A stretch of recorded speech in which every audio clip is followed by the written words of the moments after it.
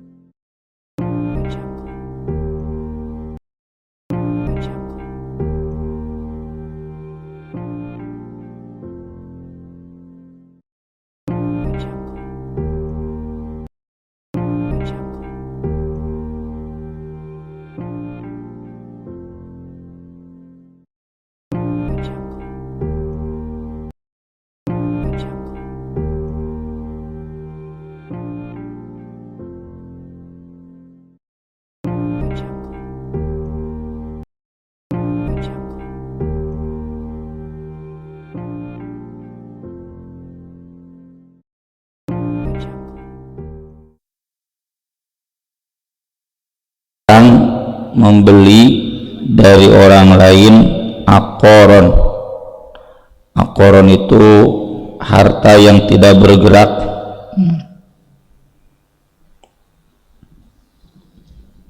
Bisa rumah, bisa tanah, bisa kebun, bisa sawah.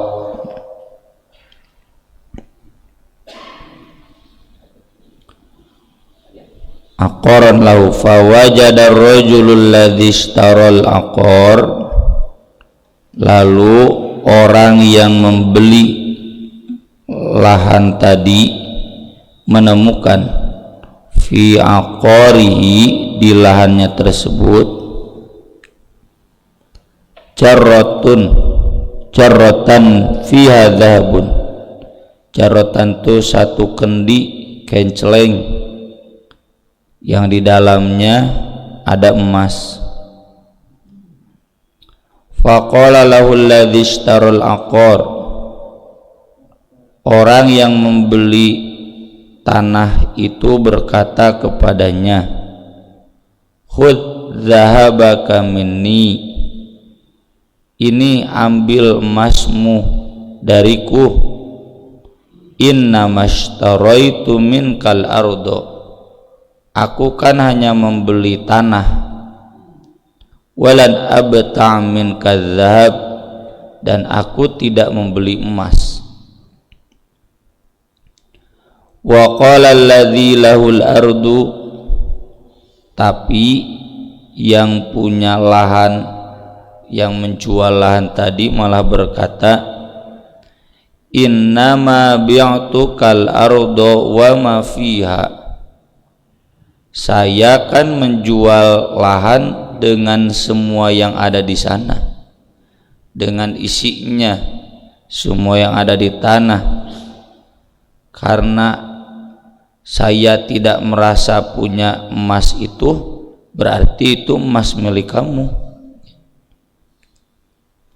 Fataha kama ila rajulin, lalu keduanya mengajukan hukum ini, mengajukan sengketa ini kepada seorang hakim. Dalam riwayat Ibnu Abi Syaibah, kata Ibnu Hajar, hakim di sini adalah Nabi Dawud alaihissalam. Ini menunjukkan bahwa di antara umat Nabi Dawud itu ada yang soleh, selain ada yang tidak soleh. Solehnya kabina-bina, ya, solehnya ini keterlaluan, karena masing-masingnya betul-betul menjaga diri dari yang syubhat, dan ini saya ragu akan terjadi saat ini, ya. Sok bayangkan kalau bapak membeli lahan, membeli tanah, lalu di tanah itu menemukan emas, dek dibejakeun moal kanu meulina, kanu ngajualna moal. Seandainya kita melaporkan ini ada emas di lahan ini, lalu yang menjualnya kira-kira ngomong apa? Oh iya, itu milik saya, nah, gitu kan. Kalau ini justru aneh, yang membelinya karena merasa membeli tanah, tidak membeli emas, jadi dia nggak mau mengambil emas itu. Sebaliknya yang menjual pun karena dia merasa menjual tanah dengan semua yang ada, mau pohonnya, airnya, ya, sawahnya, termasuk kalau ada emas, yaitu berarti milik yang membeli, karena dia tidak merasa punya emas itu. Ini kalau orang hari ini tidak mungkin. Oh iya tuh, kalau itu bukan milik kau berarti milik aku. Kau mau emas mahal. Faqala alladzi tahakama ilaihi, lalu hakim yang memutuskan hukum di antara mereka berkata kepada orang yang mengajukan hukum, ya, alakuma waladun, kalian berdua punya anak. Qala ahaduhuma li ghulam, kata yang satu, aku punya anak lelaki. Wa qala al-akhar, yang satunya lagi jawab, li jariyah, aku punya anak perempuan. Qala, kata hakim itu, ankihul ghulam al jariyah, kalau begitu nanti anak laki-laki kamu nikahkan dengan anak perempuan kamu. Wa anfiqu ala anfusihima minhu, lalu berikan nafkah atau infakkan emas yang tadi kamu dapatkan, ala anfusihima, untuk atas nama diri kamu sendiri, wa tasaddaqo, dan sodakohkanlah. Jadi ya udah, nanti nikahkan lalu berikan sama anak-anak kalian kalau sudah gede. Muttafaqun alaih, ini hadisnya riwayat Bukhari Muslim. Jadi meski ya Ibnu Hajar mengatakan tidak menemukan dalam riwayat Bukhari Muslim ini siapa hakimnya, siapa yang mengajukannya, siapa yang diadukannya, ya, dua orang bersengketa ini, tapi kemungkinan besar karena Imam Bukhari menuliskan hadis ini dalam bab Manaqib Bani Israil, ini terjadinya pada zaman Bani Israil, dan ada riwayat lain yang menyebutkan itu hakimnya adalah Nabi Daud, berarti maka itu kemungkinan besar adalah Nabi Daud. Kalau ini terjadi sebaliknya, bagaimana? Terjadi sebaliknya, orang yang membeli lahan menemukan kenceleng yang di dalamnya ada emas.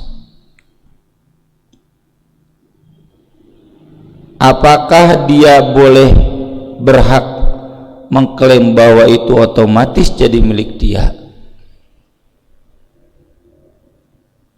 Terus yang menjual udah lama tahu misalkan ada emas di sana, dia kemudian menuntut, itu emas kan tidak dijual, itu emas saya.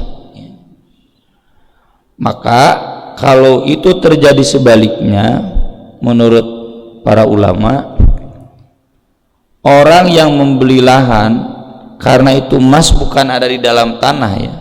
Kalau ada di dalam tanah berarti otomatis bagian dari lahan itu, ya, dari tanah itu. Ini emas kan di kendian, ya, ada wadahnya, ada kendi, kenceleng, berarti itu emas di luar lahan tersebut. Orang yang membeli lahan tersebut tidak boleh mengklaim emas itu milik dia, pasti milik seseorang. Yang milik seseorang itu dia harus tanyakan kepada yang menjual lahannya, karena itu yang paling dekat. Itu emas milik siapa? Yang menjual lahan harus jujur. Kalau itu memang milik dia, silakan. Kalau tidak, maka dia pun tidak boleh mengklaim. Ya. Masalah kemudian nanti ada yang tidak jujur, lalu hakim memutuskan kepada yang tidak jujur, hakimnya tidak berdosa, yang berdosa yang tidak jujurnya. Ya. Itu pernah Nabi sabdakan kan, ketika ada dua sahabat yang bersengketa, yang satu merasa itu lahan dia, yang satunya lagi merasa itu lahan dia. Ya, dulu mungkin belum zamannya BPN, atau sekarang juga zamannya BPN, main korupsi di BPN. Nah, ya. Kayak tanah Pajagalan kan, kata orang-orang tua kita, itu kan wakafnya sampai Gang City, ya. Tapi kan ya jadi ini pikir sakit tuh, harusnya kan sampai Gang City, ya. 2 kali lipat dari tanah Pajagalan yang ada sekarang. Jadi yang begitu-begitu mungkin lumrah, ya, apalagi di zaman dulu yang belum ada zaman BPN. Mungkin yang ini merasa dia sudah pernah mencangkul lahan, kan lahan itu palega-lega pak kuat-kuat macul, ya. Kalau dia pertama kali menggarap berarti itu lahan dia. Intinya sengketa. Lalu Nabi SAW bersabda, saya akan memutuskan sesuai bukti dan alasan yang paling kuat menurut saya. Tapi siapa saja yang tahu bahwa putusan saya itu tidak benar, maka hakikatnya aku memberikan dia qit'atan minan nar, ya, bagian dari api neraka. Dikitukeun mah dua sahabat yang tadi itu jadi pamumbung, ya. Silakan buat anak sieun cenah gitu. Yang satunya lagi enggak, silakan buat anak cenah gitu. Digitukeun mah sieun. Itu karena zaman Nabi, zaman ayeuna mah walau alam komo bab tanah mulai kasieun, ya. Main serobot saja. Jadi ini kembali ke hadis yang umum, hakim itu kalau memutuskan syaratnya harus ijtihad. Kalau harus tepat itu nggak bisa 100%. Makanya kata Nabi, hakim yang berijtihad itu ada 2 kemungkinan. Bisa akhto'a itu keliru, bukan dosa.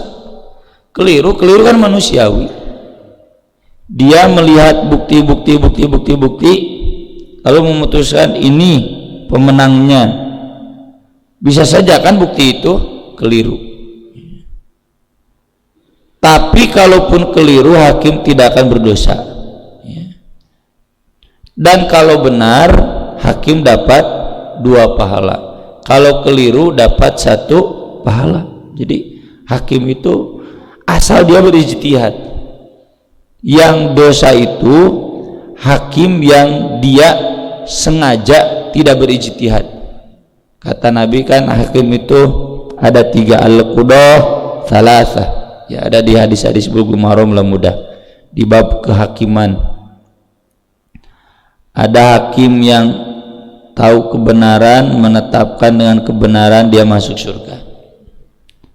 Ada hakim yang dia tidak tahu kebenaran lalu dia menetapkan keliru, diampuni.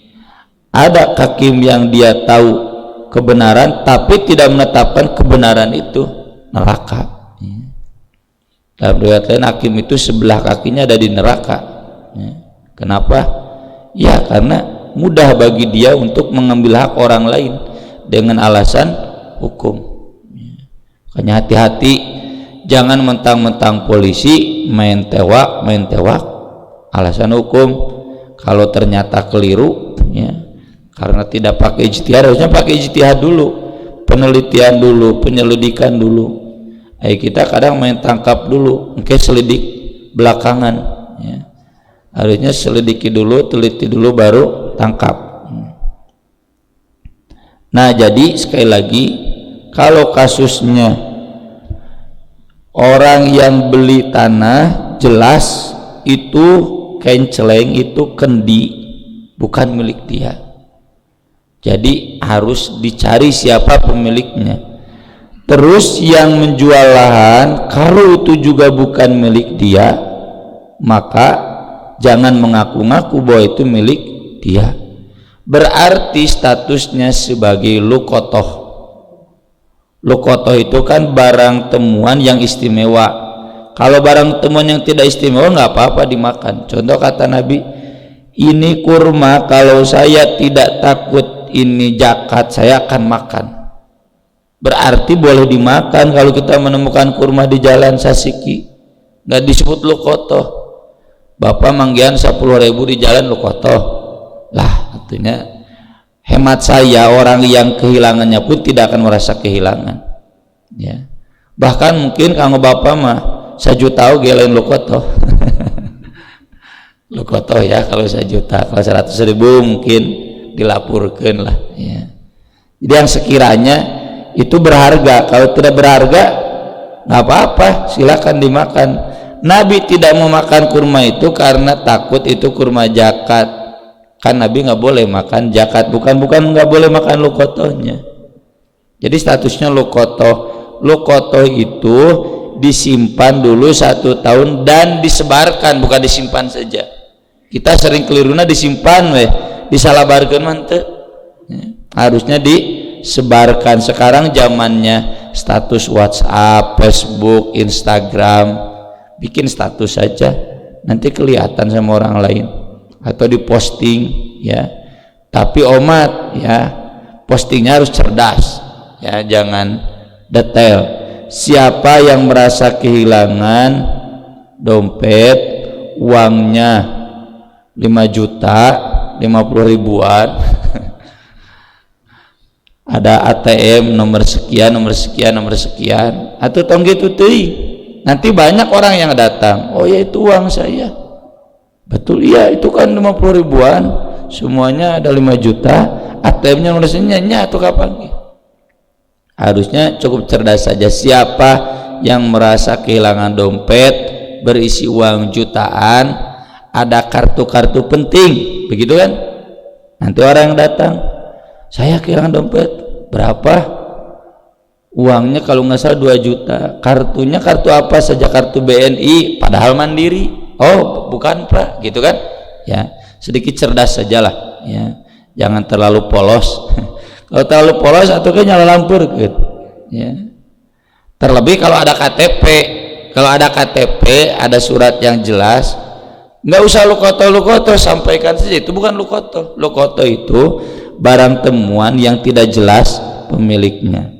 Kalau sudah 1 tahun tidak ada yang mengaku, maka boleh dipakai, dengan catatan kata Nabi, kalau suatu waktu ada orang yang betul mengaku dan dia betul pemiliknya, harus tetap diganti.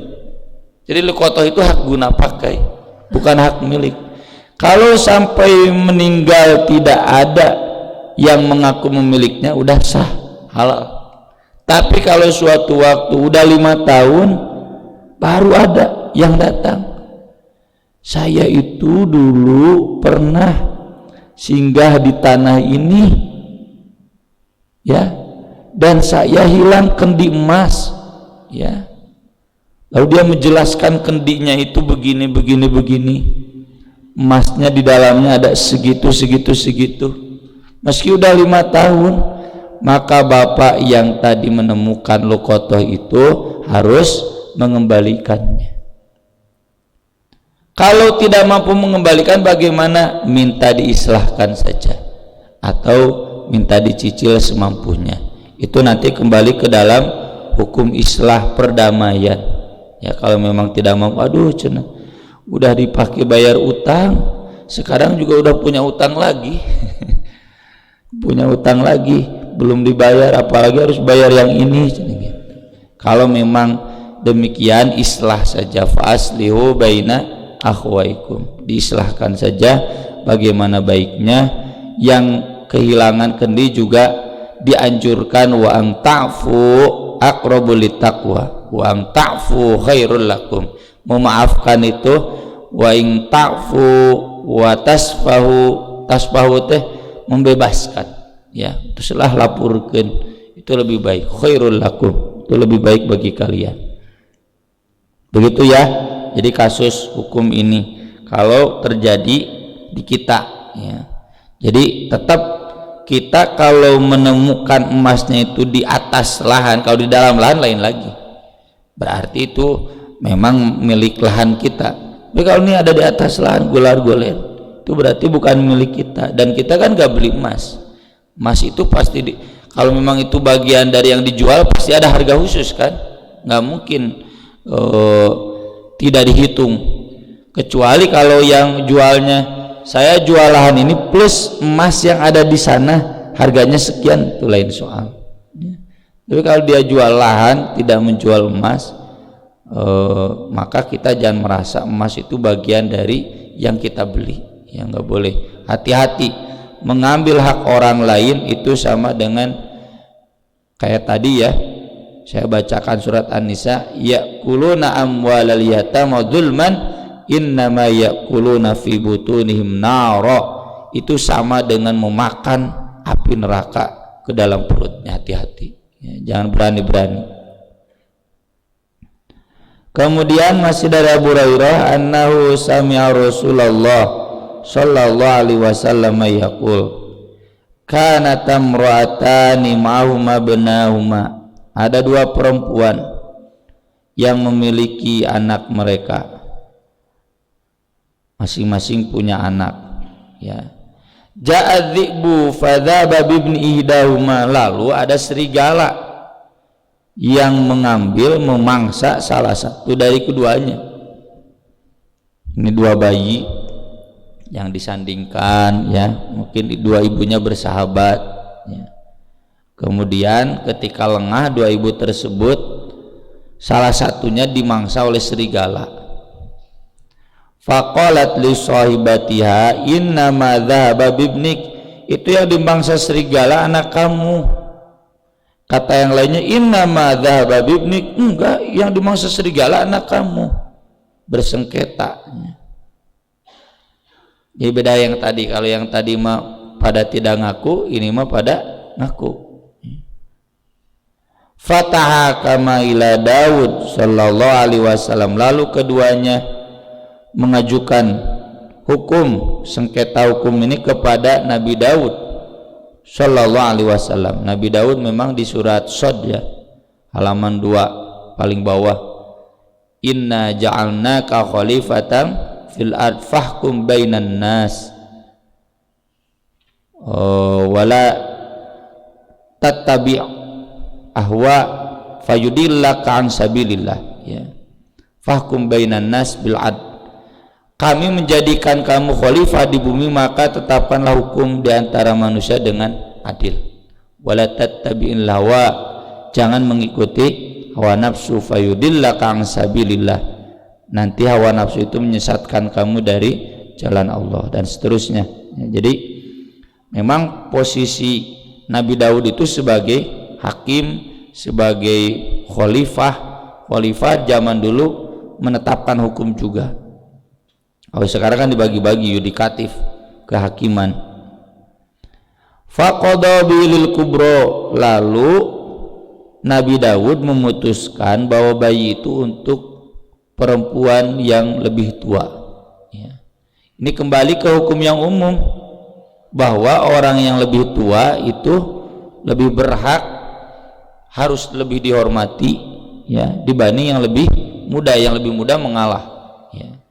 Kayak ada dua orang sahabat yang mau laporan tentang pembunuhan di kampungnya, kata Nabi, kabir, yang senior dulu yang ngomongnya, ya.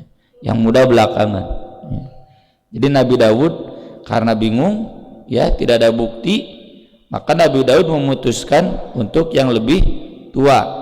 Kembali ke standar hukum yang umum, bahwa yang lebih tua itu lebih punya hak dibanding yang lebih muda.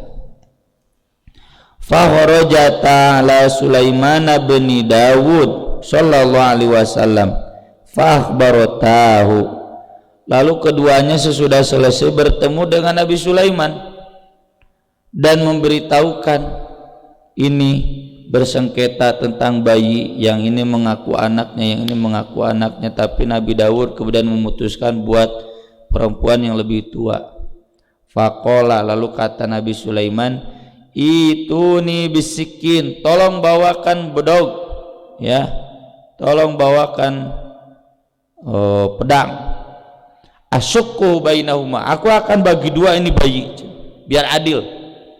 Belah we cenah bagi dua. Faqalatis sughra, lalu kemudian perempuan yang lebih muda mengatakan, la taf'al, jangan. Ya rahmukallah, semoga Allah merahmati Anda wahai pangeran, menaya namanya. Wa ibnuha, enggak apa-apa, itu buat dia saja. Karena yang tadi kan perempuan yang muda itu anak saya, tapi Nabi Daud memutuskan buat dia. Kalau begitu ya udah, saya mau belah. Refleksi ibu yang muda itu, jangan udah nggak apa-apa buat dia saja. Tapi ibu yang tua itu, perempuan itu diam saja, nggak ada perasaan. Faqada bil sughra, lalu kemudian Nabi Sulaiman memutuskan buat yang muda. Ya.